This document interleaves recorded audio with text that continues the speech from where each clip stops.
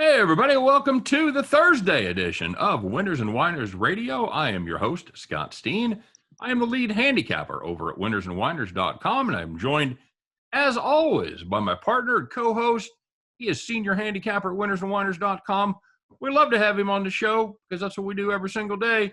Scotty, it's Scott Reichel, everybody. Scott, what's up? Nothing much. I spent most of the afternoon trying to find a competitive sporting event, and there weren't many on. But I watched a decent amount of the hockey game, which was very good for a while. Then eventually Tampa scored a couple of goals late to blow it open. Other than that, there was a basketball game on, which was competitive for a half, or give or take. And the baseball games, I was trying to watch the Yankees, and they had a bunch of rain delays, so it got really annoying trying to keep track of the game. So I played chess for a decent amount last night. That's how I spent most of my evening. Oh, the life of a sports bettor, huh? Something like that. Whether or not you had a nice easy winner or a nice easy loser, if you don't have to sweat it, then yeah, might as well do something else with your time. Yeah, let's just say we had to kind of sift through the rocking chair wins today. There was a lot of them. There really was. You had a non-competitive college World Series final. That was no good, as the alleged second best pitcher in all of college sports blew up. And yeah, it wasn't pretty. Basketball game, I mean, yeah, 4-point game at the quarter, 9-point game at the half. It just never really got any better. So, you know what? Let's talk about it, Scott. Let's see who took it in the shorts. Let's see who thought they had that win. We'll do what we do, but before, we want to remind you guys, of course, that you are listening to Winners and Whiners Radio. Winners and Whiners Radio. What do we do? Well, give us an hour. We'll give you the winners. Pure and simple. That is our job here. Have a little fun and have some winning picks for you. And of course, we are brought to you by winnersandwhiners.com. Winnersandwhiners.com, the number one site in the world for predictive sports analysis. Each day, people from over 150 countries stop by and check out the latest information from winnersandwhiners.com, be it line movements, player injuries, weather, whatever it is. All that information that you need to make your best play is available at winnersandwhiners.com every day, every game, always free. So, like I said, let's talk about the people that didn't do so well. They had defeat snatched from the jaws of victory. Scott, it is time once again to call the cops. All right, Scott, let's start it off in the major leagues, shall we? Let me ask you a question, Mr. Reichel. If I were to offer you the Chicago Cubs plus 6.5 for the first 5, and I'll spot you 7 runs to start the game, do you think that would be a good play, Scott? It depends which segment you're putting this on, but if I didn't know which segment it was on, I'd say, yeah, it's a pretty good deal. Absolutely. So the Cubs, man, they were looking good. If you had Cubs first 5, they put up 7 runs in the top of the first. It doesn't get much more golden than that. I don't know what your win probability is after putting up 7 runs in the top of the first. I'm guessing it's pretty good. But to every rule, there is an exception, and today was that exception. The Chicago Cubs, like I said, put up 7 in the top of the first. Milwaukee Brewers, you know what? They just never would say die. They put up 1 in the bottom of the first. They put up 5 in the bottom of the second. And now it's 7-6. It's starting to get a little tight there if you're a Cubs fan. And you get through the third inning, nobody scores. You're like, okay, maybe we're going to eke out a win here. Cubs go down quietly in the top of the fourth. And in the bottom of the fourth, everything erupts, Scott. Everybody plays, everybody wins, everybody scores. The Milwaukee Brewers put up an 8 spot. That's right, a snowman in the bottom of the fourth. If you're scoring along at home, that makes 14 runs. At the end of the 5 innings, Milwaukee, who once trailed 7-0, had a 14-7 lead. It didn't get any better. They added just 1 for the rest of the game and ended up winning it 15-7. So if you had the Cubs first 5, you had the Cubs on the run line, you had Milwaukee under, any of those things, I feel for you, because it is time for you to call the cops. And the second one is a beat that was somehow even worse in baseball. If you had the Padres and the Reds over, the number was 10, and you had a pretty easy winner because They scored 12 runs in the first 5 innings. I cashed that ticket. So you're kind of wondering, wait a second, if it's an easy winner, then why is it in the Call the Cops segment? Once it's over, right? And the reason is because once the game is over, it still has to actually go a certain length in order for you to cash your bet. And there was a bit of rain in the forecast over there in Cincinnati, and the game ended up getting called early after 5.5 innings. And as a result, the game did not go the minimum required distance. So if you had the over 10, it went over, but the bet was a push. I think, Scott, we've had that on there before, and I think that is probably my least favorite beat in all of sports. When you have an over in a baseball game, it's gone over, but you can't get the required either 8.5 or a full 9 innings in, whichever team happens to be leading, and your bet gets refunded. It irks me to no end, absolutely no end, and that is always a bad beat. And you should always call the cops because that's awful. And we'll finish it up with another play from the major leagues. You had the Pirates' first 5. Well, God bless you, because you were getting a good price. Pirates led 2-1 going into the bottom of the 5th. Oh, the Rockies are at home, Scott. Nothing good is going to come of this. The Rockies, they did Rockies things. They're in the bottom of the 5th. They put up 3-2. They put up 2 runs in the bottom of the 5th. And they end up winning the first 5, 3-2. If you had the Pirates' first 5, I admire your optimism, but it didn't pay off today. Time for you to call the cops. I was more impressed the Pirates actually scored 2 runs. That was impressive. That's the first time they'd scored in 3 games in Colorado. Good grief, Scott. What in the world?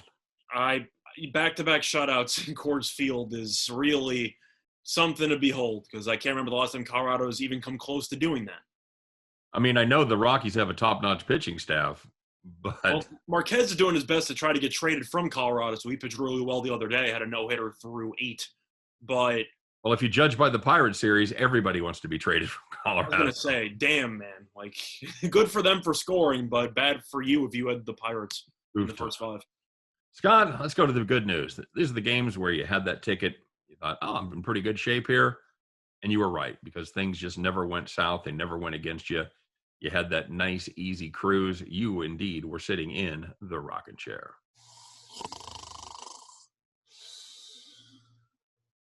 So the first one we're going to look at was in baseball. And if you had the Rays and the Nationals, if you had the over 9.5, it was pretty easy. 4 runs in the first, 6 runs in the third. Doing the math there, 4 plus 6 is 10. So you already went over after the third inning. And the game ended up landing 15-6. So if you had the over 9.5, could have been 18.5, could have been 20.5. Who cares? Game was going over. Absolutely. Could have had an alternative run line there. Well, Scott, how about the Braves on the run line? They led by 9 after the 4th inning. So you had 5 innings worth of cutting the grass, doing some honeydews, taking it easy, catching up on your favorite Netflix show, whatever you want to do, because you didn't have to watch the end of that game. If you did, you got to laugh even more, because the Braves didn't end up stopping the scoring. They ended up winning that game 20-2 as they missed an extra point there in the 9th inning. And the last one was in basketball, where you alluded to it before, but the Suns did end up advancing to the NBA Finals. If you had the Suns minus 1.5, pretty easy. They won every quarter by at least 4 points, led by 9 at halftime, and won the game by 27. So if you had the Suns minus 1.5, once again, you could have done some gardening or something. Very good. All right, Scott. Well, so we did have a champion crowned. Talked about it a little bit earlier. Congratulations to the Mississippi State Bulldogs picking up their first college baseball Division I World Series title. They beat Kumar Rocker and the Vanderbilt Commodores in the title game there, Scott. And Rocker was not good. Was not good at all. Gave up 6 hits, 4 runs, gave up 2 walks in just 4 1/3 innings.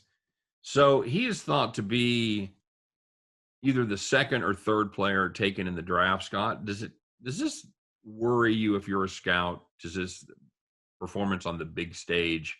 And you know what? He wasn't great in the World Series. Does that make you pause about taking Kumar Rocker?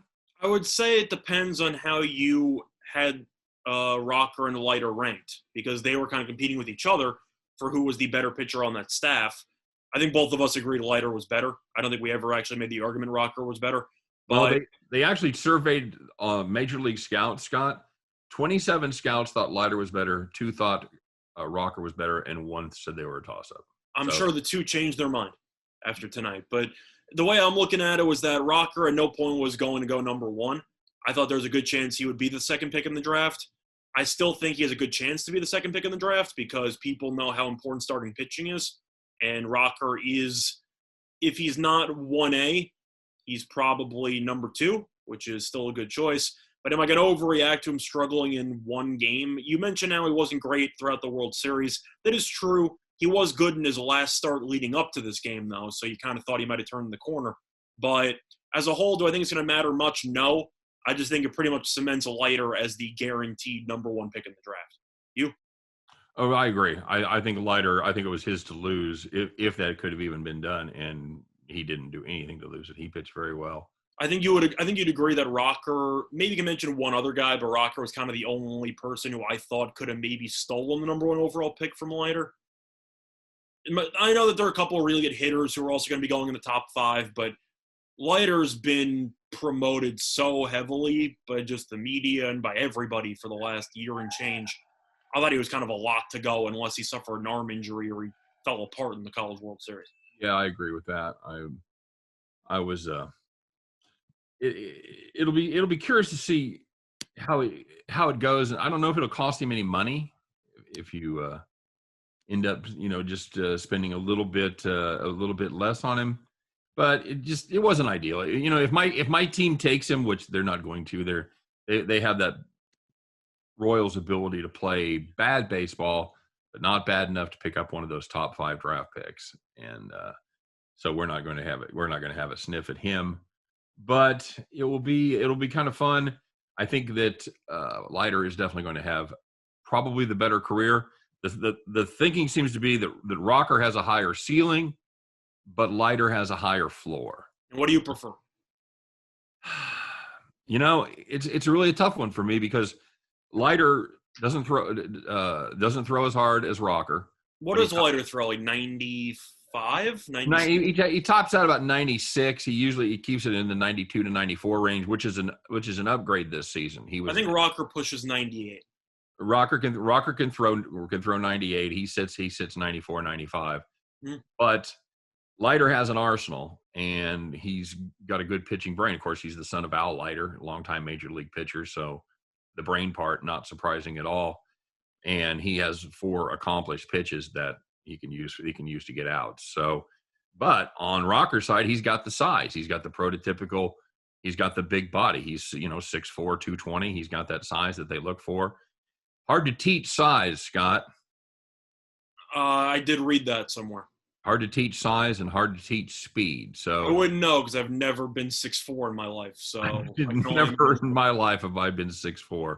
So I would say I would take the sure thing. I would take Leiter and call it a day. I'm going Leiter, but it's also when you're talking about the floor versus the ceiling for college baseball, there's so much unpredictability because you have 30-something rounds and you don't really know who's going to be good at all. If Leiter is as close to a safe pick as you can get and you still think he has the upside to be an all-star for several years, you take him. That's how I'm looking at it. Yeah, I would agree with that. You said higher floor. The ceiling's still pretty high for Leiter. Don't get that confused. Sure. Oh, no, absolutely. No, he could still be – I don't know that they think he's ever going to be an ace, but he could certainly be – if he's a number 2 in a rotation for over a decade, that's a pretty good number 1 overall. Yep, that's a good pick indeed. So we wish him good luck again. Congratulations to Mississippi State. I always like to see the underdog come through there, Scott. In this case, it happened to be an actual dog. It was the Bulldog. I was going to say, I don't know if that was a pun or not, but well played. Well, I'm so punny, I don't even realize when I'm doing it. So do you have any action on that game, by the way? I did not. Truth is, if I was going to, I would have taken Vanderbilt, but I did not because Vanderbilt, I think, was minus 120. And you had Rocker on the mound. And if you're going to go into war, you want one of the better starting pitchers in all college baseball. And Rocker didn't pitch well, then again, when you record one hit in the entire winner-go-home championship game, Vanderbilt should be forced to walk home. One hit? What are you, nuts? And it didn't come till 1 out in the 8th, Scott. The starting pitcher gave up no hits. He ended up going 6. They brought in the bullpen arm, and he went 3 innings to close the deal. Yep. But Rocker could have pitched a gem. Yep. Like Leiter did against NC State, where he struck out 15 and lost 1-0. You had one hit in a championship game? Come on, man. What are you going to do? You're defending champions. You got to be better than that. Yep, you're absolutely right. So, Scott, do you know who Olivia Moultrie is? Before this segment, no, but I'll let you tell the people at home. Well, she signed a 3-year deal today with the Portland Thorns. You know why they're the Thorns? It took me a minute to figure it out. You know why? Because the men's team are the Timbers? Close. Portland is the Rose City. Okay. So it has. I kind of like my answer more. The Timbers and Thorns. Yeah. Okay. No, they're all plant related. It's kind of the same reason why you just brought it up, but whatever. It's all flora related. So she's 15, Scott, signed a 3-year deal with the Portland Thorns. She is the youngest player ever to sign an NWSL deal. That is the Northwest. What is it? It's the professional female National Women's Soccer League. There we go. And she didn't take an easy path, Scott, because she had to file a lawsuit to give her the ability to do this. She filed an antitrust suit challenging the rule that they couldn't sign anyone under the age of 18. And they found in her favor. They found that it hindered her career development and chances of reaching the U.S. national team. So they're probably going to make it part of the collective bargaining agreement going forward. But, Scott, we've got this happening. We've got the basketball league starting up that are going to take either, in the case of the overtime elite, they're going to take high schoolers and kind of turn it into a compound situation where they're going to build them a school, they're going to give them money for college, and they're going to give them about $100,000 to play. And you could literally be a high schooler and be playing in overtime elite and making that money. They've got the PCL, that's for college players that maybe don't want to go to college, and they're going to pay them there as well. So are we seeing a shift here? Are some of these youngsters getting a little more power? And have they been downtrodden, Scott? Is it just desserts, or is that too young? Can we hold off? I think that if the player's good enough to actually compete and not embarrass themselves out there, then I'm fine with it. Now, having said that, I hope in between all of these soccer games and practices, she still has time to do her math homework, because I don't really know how you're supposed to balance school with traveling on the road with a bunch of professionals. Right. I get the flashback of those movies like Little Big League, where you had the 10-year-old or whatever became the manager of the Twins, and he has to wait to go out because he has to do his math homework first. Yep. I'm picturing that scenario in my head, where you just have a bunch of female soccer players trying to help out this 15-year-old with her homework so she can play soccer. Who remembers the Pythagorean theorem? Anybody at all? Anyone? Yep. I need to know who the 30th president was stat. Just figuring it out. But and all jokes aside, if she's this phenom, this wonder kid, then sure, I don't have an issue with it. But I do have a problem with the idea that it's a bit of a slippery slope, because if you start taking every single teenager and player who you think might be good and they turn out to be a disaster, you're not just impacting their careers, you're impacting their potential livelihoods, because they're delaying school in order to actually play and pursue this professional endeavor. Well, I would assume they've got tutors set up. You've still got to go to school. I'm assuming they do. I'm saying, but it's a lot of stress. Like Coco Gauff's talking about how besides playing tennis, she has to do homework and she's Skyping with teachers and doing a bunch of other stuff going on. That's a lot on a teenager's plate. Agreed. Of course, you think the tennis schedule is a little more relentless because you're playing every other day, and sometimes if you're playing mixed doubles or playing doubles, you're playing every day. I'm sure it's exhausting. You have probably a hitting session in the morning. You got to do some workouts in the afternoon. You play some matches or some practices. By the way, you got to do social studies homework at 7:30. I got to assume it's brutal for these teenagers that actually do it, but it comes with the territory. They're in the situation where they can suck it up a little bit and make a couple $1 million, and suddenly they don't really mind doing the homework at 8 p.m. Does the sport matter to you? Because we're talking about female soccer here. She's obviously a good player. They think she can make a contribution to the team. Everybody's fine with it. You can picture a bunch of older female soccer players are very nurturing, helping her out. What if a 15-year-old wants to play in the NBA, Scott? Can we do that? I think that's a little bit much because you have rules in place for the NBA where you have to go to high school or college for one. Well, right now they've got the one and done, but I'm saying should all that just go away? I think you got to. If somebody sues them like she sued the NWSL, are they going to have a case? I think you got to draw the line somewhere. I think that NBA no. I think it also depends a lot on travel. Now, the NBA would be brutal for traveling if you were a teenager trying to maintain schoolwork with going on the road the entire time. But a lot of it really comes down to what you think is the max amount of stress that a teenager could handle. Because if you have to travel on the road while doing work and while doing a lot of stuff, once again, it's not just a matter of them being good enough to actually play. It's a matter of just their mental well-being. That's a lot of pressure to put on somebody, in addition to just the actual athletic perspective, but from just a workload perspective. That's a ton of stuff. Agreed. So kind of ties into that, Scott. The NCAA finally came out with their framework today. And surprise, they're going to let everybody profit off their NIL, their name, image, and likeness. And it wasn't some magnanimous gesture by the NCAA. They really How progressive by the NCAA. Good for them. Right. Yeah, the NCAA is really coming around to the 21st century way of thinking. No, not at all. I guarantee you, Scott, if they had their way, things would be exactly the same as they were 25 years ago. But they're not. And because 7 states had laws that were getting ready to go into effect, well, today that dictated the name, image, and likeness would be able to be under the control of the player, regardless of what the NCAA rules said. NCAA really had their hands tied. They couldn't have a different system for 43 states and another system for 7 states.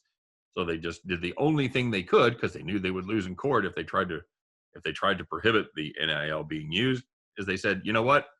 We've decided to let you use your name, image, and likeness. Thank us later. We're the NCAA.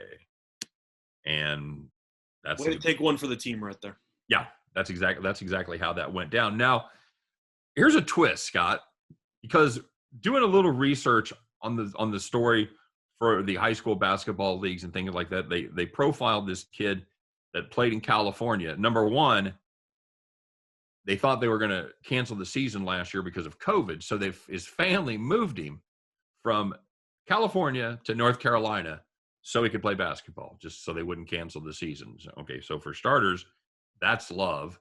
His mom stayed behind with the daughter, who's a soccer player, and she played in California. So, but they said this kid, and I wish I'd written his name. I didn't. But Scott, he's got 3.1 million Instagram followers. And they talked about how that is actually clout. When you are being recruited, when you're looking to play for one of these upstart leagues, it's a plus. Have you got a jumper? Can you rebound? How fast are you? How many gram followers do you have? Because it becomes, obviously, money-making opportunities for the leagues, for the schools. So, Scott, are they gonna fight even harder to get these guys because they have this kind of following? I think you have to assume so. You're talking about a situation where elite athletes who have all these followers, because a lot of people are not following random athletes out there. They're usually either the creme de la creme or very close to it. I mean, Zion, I remember, had a bunch of followers on Instagram when he was coming up, and it wasn't because he was bad. It was because his highlights were insane. That's what this kid does. He puts up all his highlights and picks up a ton of followers. So the point is, he would have had a massive feeding frenzy to acquire services anyway. But do I think it adds a little bit of a cherry on top? It does, in my opinion, especially if you are looking at a situation where I don't exactly know if the players are going to be able to get 100% of the jersey sales or the likeness, stuff like that, or if the schools get any piece of the action. Do you have an idea how that's going to potentially work out? I don't. I didn't actually do a deep dive into the agreement to see. I don't think they fully figured it out yet, but I am kind of curious. Just because you can profit on likeness doesn't mean you're getting 100% of the profit. So schools can even look at it from a money-making standpoint and say, well, we'll give the students 50%, but we're also going to collect a pretty penny on this if 3.1 million people decide to buy his jersey. Right. That's what I'm saying. If you get 1% of his followers that go out and buy a jersey, that's 30 grand. That's 30,000 people going out and buying jerseys. That's and you're not probably selling actual jerseys for $70+ bucks, more. Yeah, guarantee it. That's a nice piece of change right there. That's $2.1 million just in jersey sales. Mm-hmm. So it's definitely something to look for. Do the boosters end up paying these kids more to go to school? If they have, I'm kind of curious how that's going to work itself out now. I mean, I'm sure that doesn't happen, but no, I'm just curious about how that's going to impact paying players to go to schools in the future, because you have other areas to keep in mind now, in addition to just sole talent. Yeah. You have influence now, which is another thing you have to keep in mind. Absolutely true, and you're going to be able to monetize that influence. So, and if it comes down, if one of these elite leagues is looking at two different players, one of them has 3 million Instagram followers and the other doesn't have a social media account, I think it's going to tip the scales, don't you? I think it has to, one way or another. Going to be more eyes on him, more eyes on their game, more eyes on their league. Yeah, I think it gives them absolute credibility. So, Scott, I know there's something that you and I wanted to do, and we did it the other day, and then we kind of dropped off the board the last couple of days, but we brought it back today. I'm not sure we're going to do it every day, but when we have somebody that is in an obvious case, we're absolutely going to do it. Scott, it's time for our newest segment and soon to be sweeping the country. It is time for Donkey of the Day.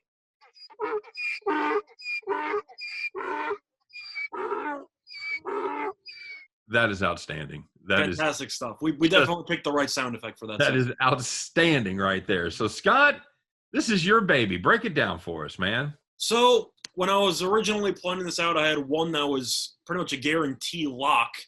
And now I kind of want to table it because there's something that might rival it. But you have Patrick Beverly.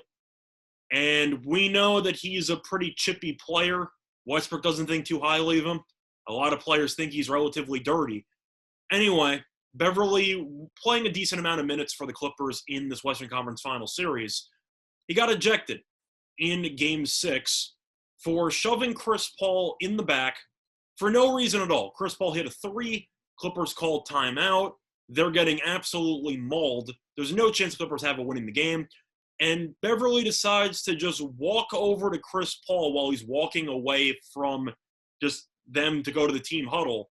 And Beverly just hits him with a 2-arm shove right to the back, knocks Paul down to the ground. They're down 26 points with less than 6 minutes to go.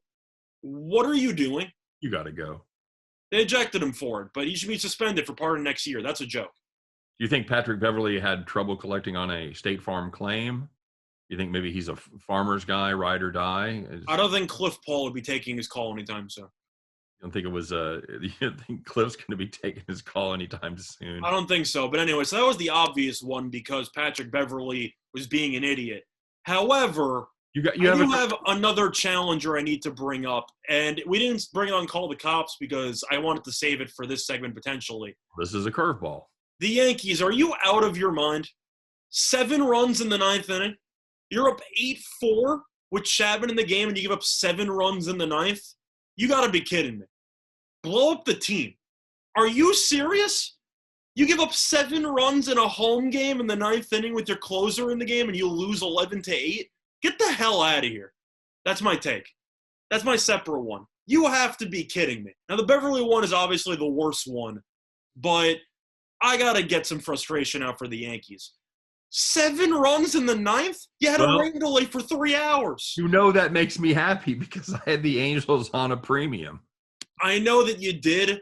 I'm just saying, a 3-hour-plus rain delay into a 7-run collapse in the 9th? Get the hell out of here. I'm the king, baby. No, you cannot make the Yankees who came through for me in the clutch. You cannot make them the donkeys of the day. The donkey of the day is going to be Beverly. It has to be. But we still aren't sure. We're kind of tabling the day if we should do 1 or maybe 2 and we could talk about the 2. For the argument, the other challenger, I'll go with the Yankees. But my personal pick would be Beverly because there's no place to shove a guy who's not even looking at you. It's one thing if Paul's talking trash and you kind of square up and, they have a full get thing. He's not even facing you. That's just a complete punk move. Yes, that's a coward punk chicken poop move, if you And will. Randall did that against the Hawks earlier in the postseason, but they also had a game after that. So you can say maybe he's making a statement, trying to get his team, whatever. Your season was over. There wasn't a statement. You're down 26 with 5 minutes to go. Your season's over. He made a statement, all right. It just wasn't the one. It wasn't the one he wanted to make. He definitely made a statement, and the statement was, "Hey guys, I'm the donkey of the day." Yeah, I wasn't going to resist doing that. I think this segment's a keeper. I'll tell you that much.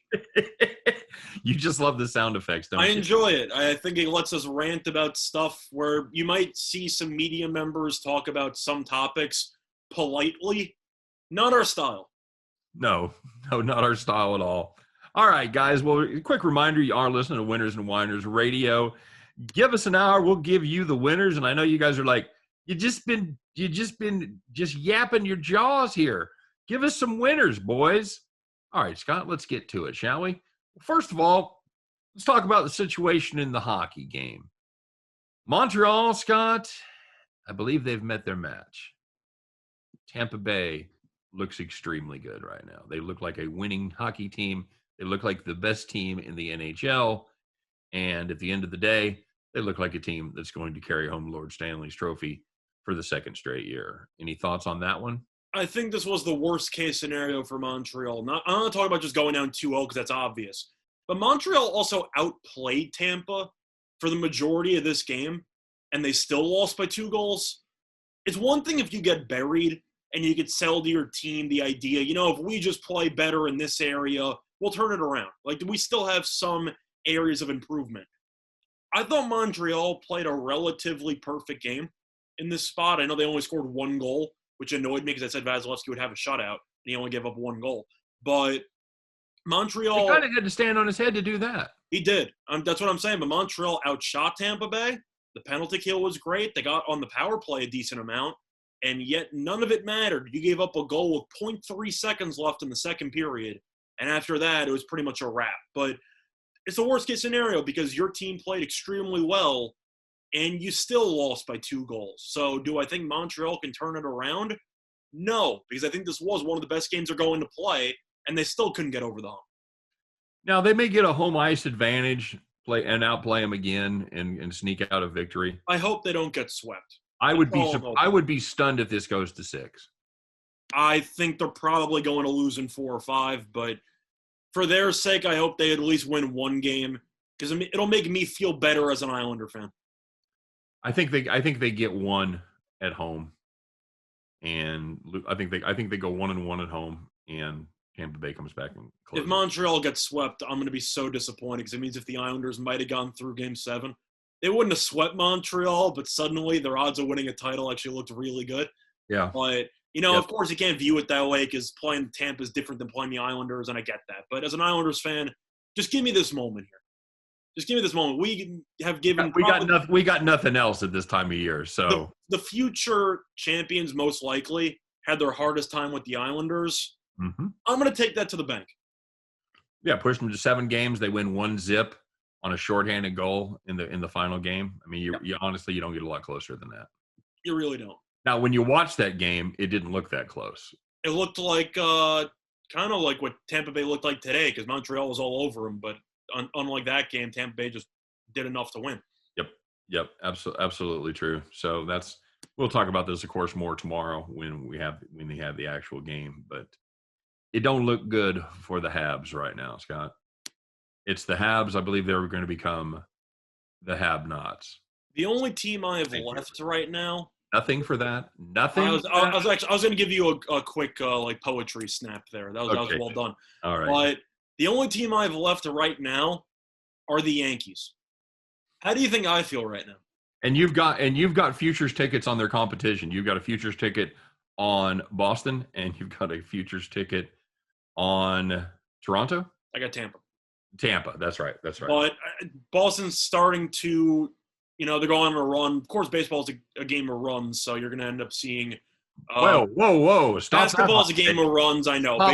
Baseball is a game of runs. For over an entire season, it's a game of hot streaks and slumps. But yes, basketball is a game of runs. It's the same general premise. But you're playing that many games, And the point is that Tampa's going to get it back together at some point. Boston's going to go into a slump. So the silver lining I have is that the Yankees blew another game, so I ended up gaining half a game there. They're 8.5 back. Is it time to panic yet? I said if it wasn't close enough, they should blow it up. And I don't think that they're going to, but this is the kind of game where you might lock Boone out of the stadium. As I know it's not his fault. You bring in your closer, he falls apart. You bring in the backup pitcher, he falls apart. There's not much you can do there. But this team just doesn't have it. You got to at least try to make a statement by firing somebody, don't you think? Yeah. I don't think the boss would have stood for this, do you? No, I think the boss would have fired everybody about 3 years ago, but the Suns aren't really doing much at the helm. They're a little slow on the hatchet compared to the old man. Definitely true. So, you like the Red Sox in that division? As of right now, I'm still sticking with Tampa, but I'm gonna wait it out because Boston's pitching staff still concerns me. Yep. However, they should be getting Chris Sale back within the next month or so. I do wonder how he's going to look after such a long layoff, but conceptually, that is such a huge boost to that team. But the Red Sox are going to get Sale back. They ended up bringing up their star shortstop prospect. So, of course, you have both teams having a little bit of extra life as the season progresses. What do the Yankees have? Do they have any type of optimistic prospect or anybody coming back that can provide any upside whatsoever? Well, let me ask you, Scott, why can't this team score? They're terrible to run in scoring position. And they scored today. They scored 8 runs? They still Yeah. No, I know. But, I mean, the Yankees for much of the season have been seriously underachieving as far as the offense. It's gone exactly the opposite the way of I predicted. I thought they would have tons of offense, and their pitching staff would give them fits, and that's not the way it's been. Although it was tonight, obviously, but for the most part, they've been all pitch no hit. So can you explain that to me? Well, they're last in the league with runners in scoring position. They don't manufacture runs. This team has the premise of we play in Yankee Stadium, we're going to hit a bunch of home runs, and that's it. The only problem is that a lot of their guys have been underachieving, and you look at how they constructed bats, this team does an awful job of just moving the line. They're a strikeout or home run team.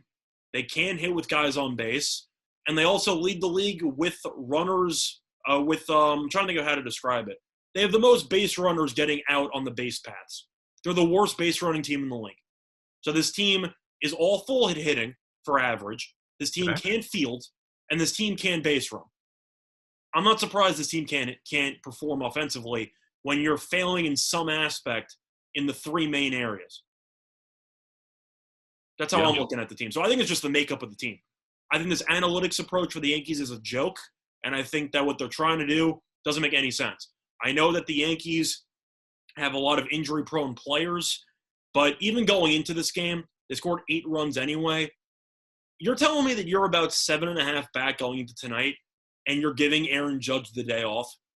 Are you serious? You're 7.5 back in the division. You got to put everybody on the team. You got to play. I mean, come on. What do you think? Well, and I think they can't lose this game, Scott. They've got a 7-2 lead after the first inning, and their opposition has no designated hitter. No, the only guy that you're afraid of for the Angels is Ohtani, and he got pulled after the first inning. Yeah, no, before the first inning. Well, I'm saying he got to bat in the first inning. Right. He got the bat in the first inning, but you know who else got the bat? Dylan Bundy got to bat. Yeah. Watson got the bat. They had 2 other at-bats from their pitchers, Scott. When you're giving up runs and hits to Gosselin, to Rengifo, so I've read Rengifo maybe, Walsh is pretty good, but Ward, come on, man. At some point, you got to just realize that you're at DEFCON 1. The season's almost over.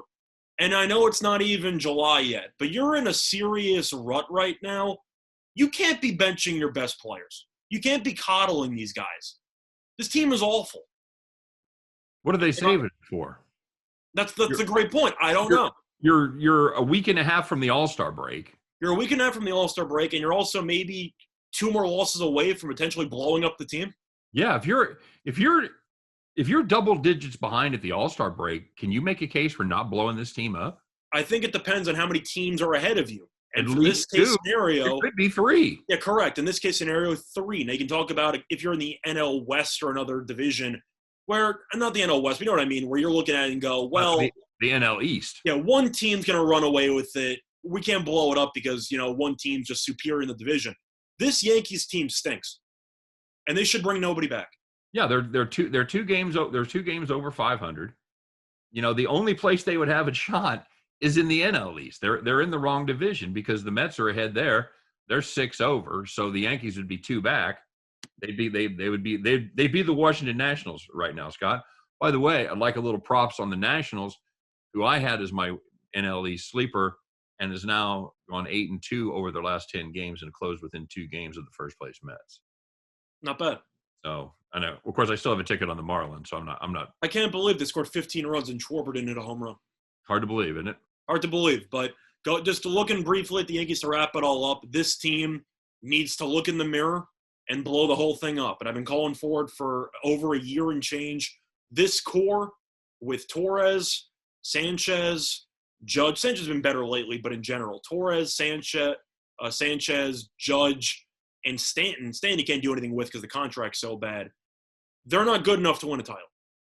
And my question is, if you're going to pay them all this money and you don't think they're good enough, what are you paying them for? Take the night off. Do you think this core is good enough to win a title? Because I don't. I did before the season started. At no point did I think the Yankees were going to win a title this year. You were pretty high on the Yankees. You thought I was high on them to win the division. At no point they were a lock to win the East. I said to win the East. I said they're probably going to win the East and then lose a pretty embarrassing series in the ALCS again. Well, they're losing too many embarrassing series during the regular season. They aren't even going to lose in the wild card this year. They're not even going to get there. They even play the Twins. Twins probably not happening this year, Scott. I forgot. Has there been a manager fired so far in the middle of the season yet or no? No. I don't know if the Yankees will pull the trigger on Boone or not because it's not really the Steinbrenner style. Well, not the younger Steinbrenner style. Yeah, but if you're looking at a situation or a team that might be trying to do it, Minnesota for some reason still hasn't fired Baldelli. I still don't figure that one out. But they're too nice. They're too nice in Minnesota. Boone should be fired within the next, 5 minutes. It's not going to happen.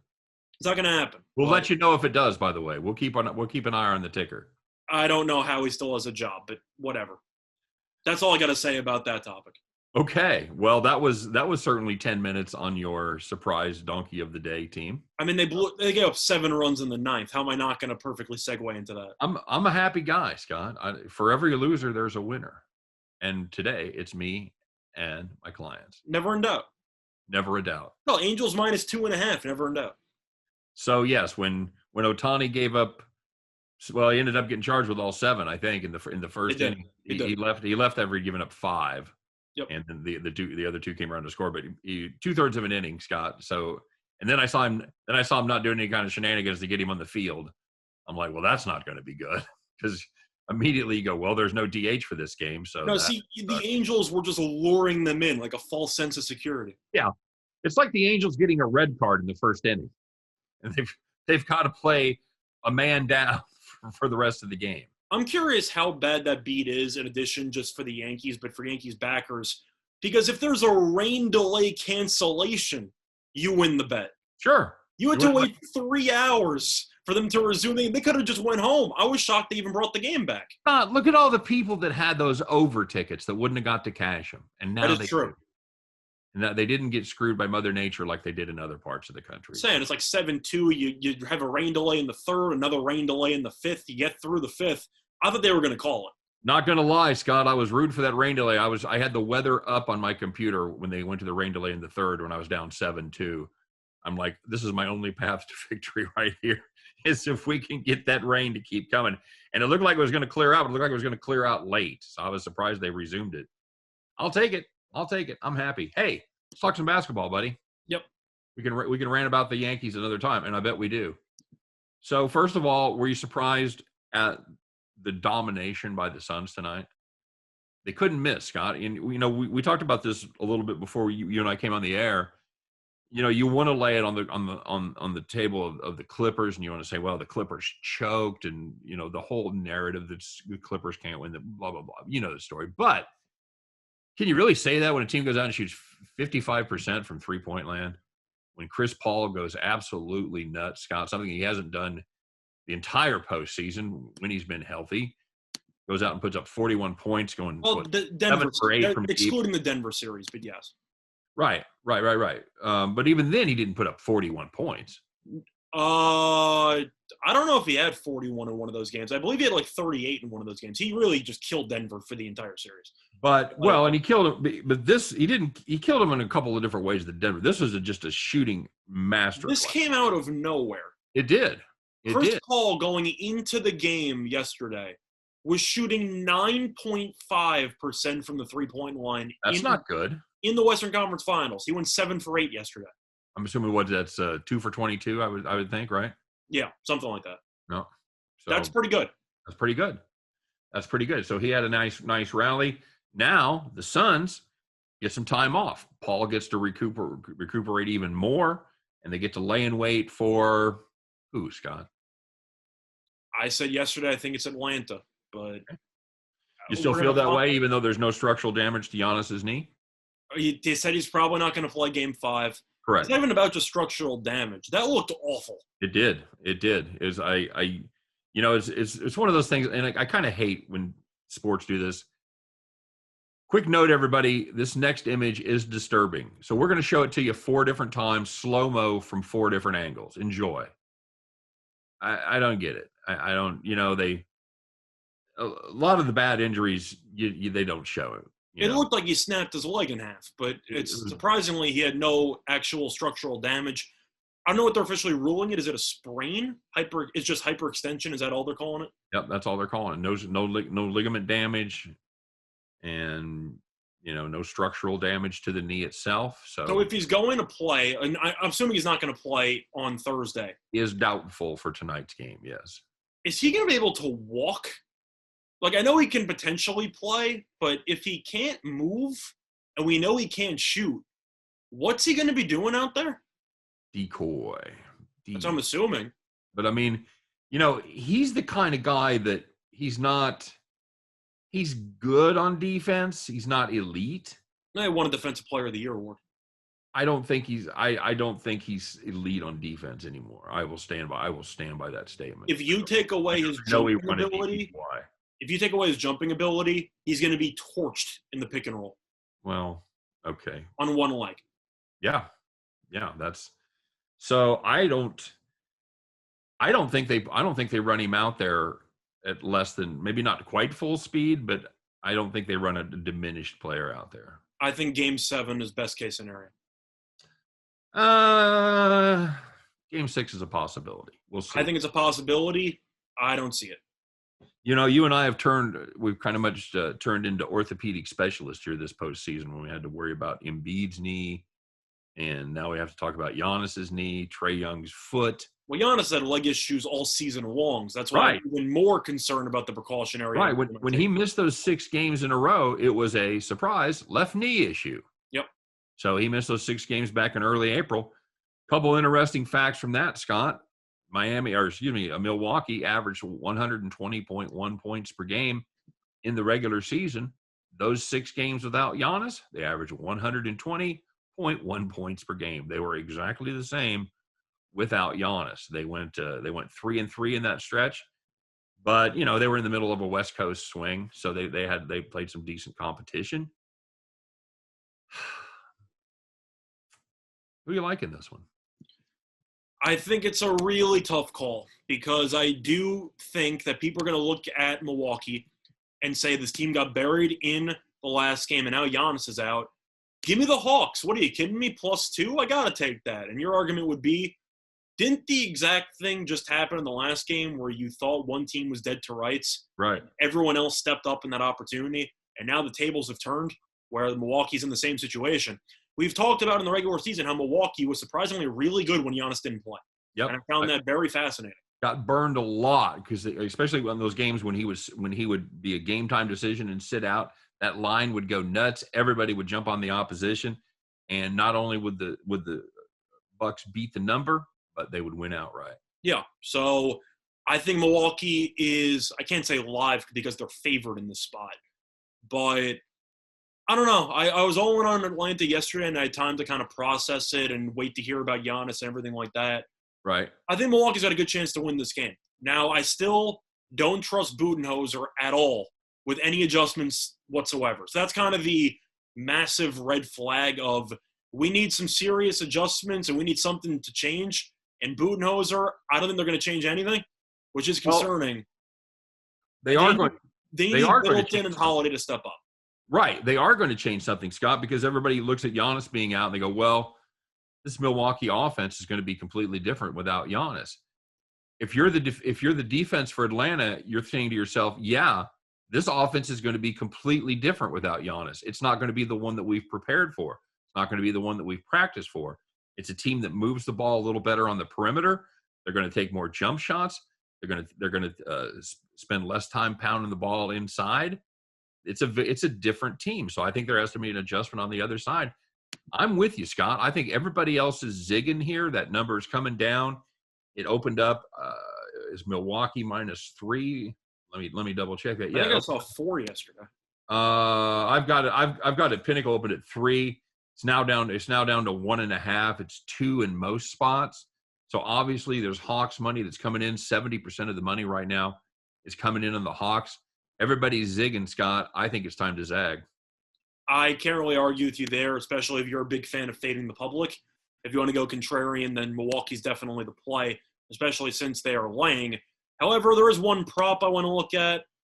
It's Drew Holiday's point prop. It's in the mid-20s. I know they're expecting a step-up spot and somebody's got to score at some point. Right. But Holiday has been awful for the last week or so of this series. Yep. I don't have any faith in him suddenly having a good offensive performance. Do you? Well, no. I think he may get to 20. I think maybe 20, 21. I think somewhere in the mid-20s is I think that's too tall. The number's 23.5. His games in the series, 33 in game 1. Right. He had 22 in game 2. Okay. 6 in game 3 and 19 in game 4. And his shooting numbers since game 2, 18.2% in game 3, 35.3% in game 4. I'm not taking the over 23.5. Not ideal. No, I don't. I think it's under a pass for me. But if you were talking about who needs to step up, it's Middleton. Yeah. And after he had the huge fourth quarter in that other game for game 3, I got to assume Middleton's going to be taking at least 20-something shots in this game. So Holiday, I don't know if he's going to get enough opportunities to even get to 23.5. I agree. Well, you got a thought on the total? I have a premium on the total, so I'm gonna pass. But do you have any thoughts on the total, Scott? I'm really torn because I'd lean under conceptually, but with Giannis being out, Milwaukee's defense should fall apart. Okay. I don't know if you agree with that. I know you can't really talk about it, but Giannis is a very impactful team defender. And with him being out and now Lopez still being abused in the pick and roll, what are you going to do? Hope Bobby Portis gives you rim protection? Yeah, that's the thing. You've got to count on Portis and Lopez to stop Capella, which, and this could all blow up on us, Scott, because Capella and Young are both going to be game time decisions. Yeah.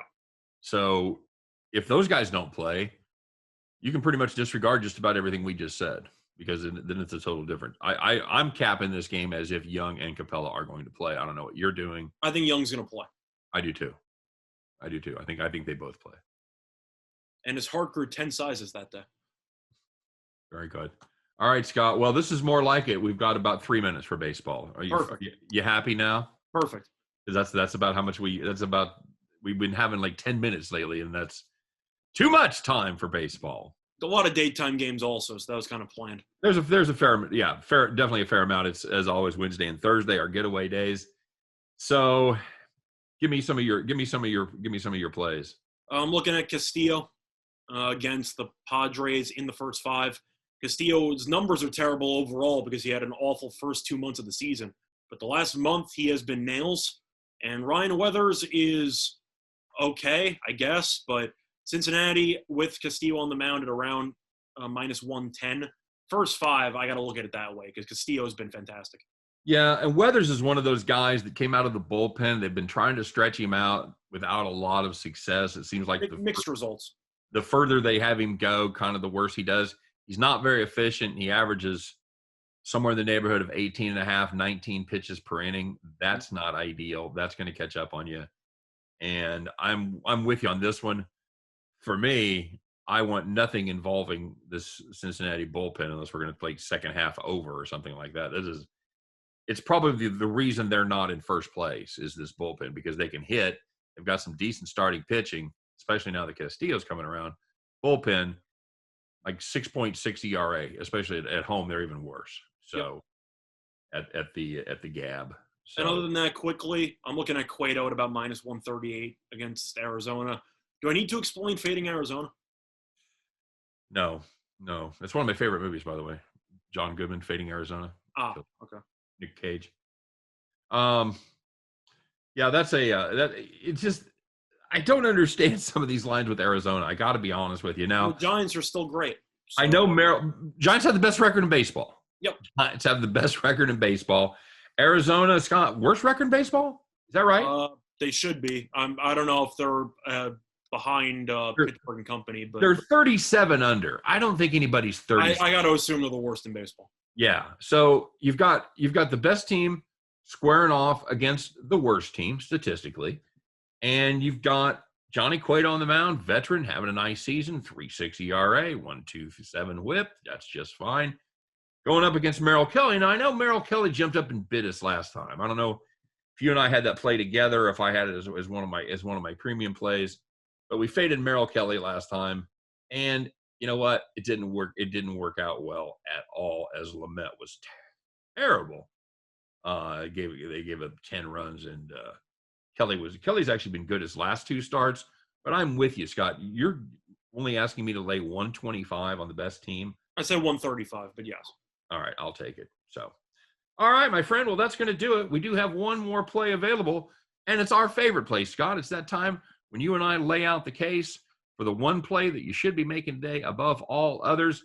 Put on your straw hat, get on the tractor, because it is time to bet the farm.